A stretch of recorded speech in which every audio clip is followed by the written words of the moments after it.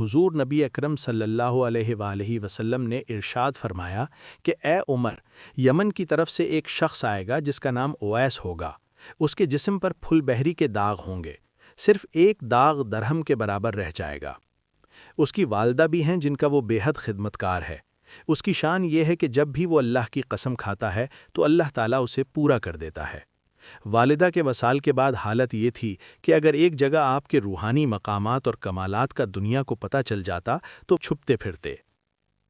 تذکرۃ الاولیاء میں لکھا ہے کہ سرور دو عالم صلی اللہ علیہ وآلہ وسلم کے وصال کا زمانہ قریب آیا تو صحابہ رضی اللہ عنہ نے دریافت کیا کہ آپ کا مرقع یعنی گدڑی کس کو دیا جائے؟ فرمایا اویس قرنی کو۔ چنانچہ حضرت عمر فاروق رضی اللہ عنہ اور حضرت علی المرتضیٰ رضی اللہ عنہ نے تلاش بسیار کے بعد حضرت اویس قرنی رضی اللہ عنہ کا پتہ معلوم کر لیا۔ حضرت خواجہ اویس قرنی رضی اللہ عنہ کے قبیلے کے ہی ایک آدمی نے کہا، وہ تو پاگل اور دیوانہ ہے، وہ اس لائق نہیں کہ خلیفہ وقت ان سے ملاقات کرے۔ حضرت عمر رضی اللہ عنہ نے فرمایا، ہم اسی سے ملنا چاہتے ہیں۔ معلوم ہوا کہ وہ اونٹ چرانے جنگل کی طرف نکل گئے ہیں۔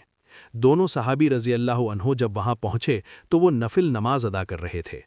آہٹ پا کر حضرت اویس قرنی رضی اللہ عنہ نے نماز مختصر کر دی۔ حضرت عمر رضی اللہ عنہ نے آپ کے ہاتھ پر برس کی علامت دیکھ کر پہچان لیا اور ہاتھ کو بوسہ دیا اور فرمایا، رسول اللہ صلی اللہ علیہ وآلہ وسلم نے آپ کو سلام بھیجا ہے، پیراہن مبارک بھی بھیجا ہے۔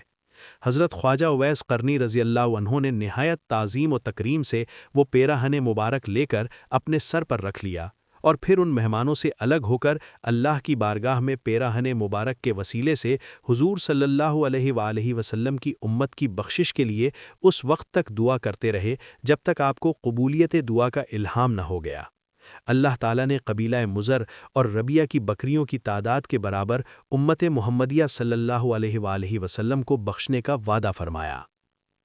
حضرت اویس قرنی رضی اللہ عنہ حضرت علی المرتضیٰ رضی اللہ عنہ کے دور خلافت میں ان کی خدمت میں حاضر ہوئے۔